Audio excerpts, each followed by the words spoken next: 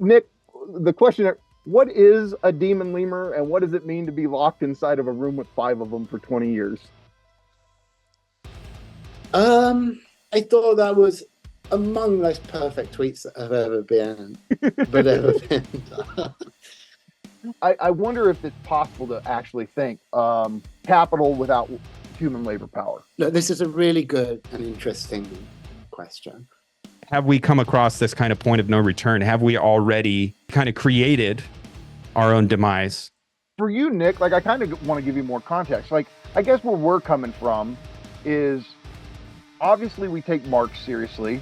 We take you seriously. We take Baudrillard seriously. We take Mark Fisher seriously.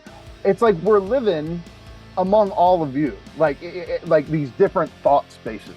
And, you know, obviously the leftists who love what we're doing and support us, you know, some of them, they're like, oh, land. But we see something essential in your work where you're like, no, you can't just brush land and CCRU and accelerationism under the rug. I think what you did with thinking through artificial intelligence, using D&G, especially what they were doing in Anti-Oedipus, there's so much that I agree with there that I'm always having to think in terms of your work when it comes to how I think about capitalism. I think you're one of the great theorists of capitalism. And so if I want to understand capitalism, you're going to be there at the heart of whatever I'm thinking through. Well, that's what's driving what we call education today, and the institutions that do what we call education today, right? I don't know, is that right?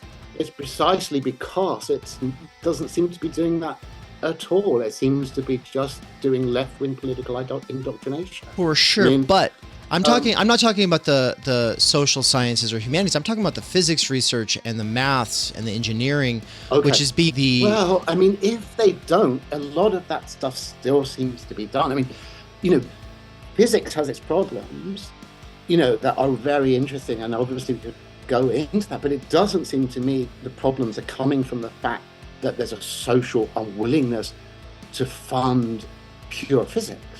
You know, I do think there's a kind of obviously dark, very convincing construction of these things, or everything we've just talked about, as far as I'm concerned, let's just say is purely descriptive. It's not like, I don't expect anyone to like it. The question is this actually what is happening, you know? I don't know, but it could unlock. No, it won't unlock my book. You're convincing up to that point, but that's not going to happen.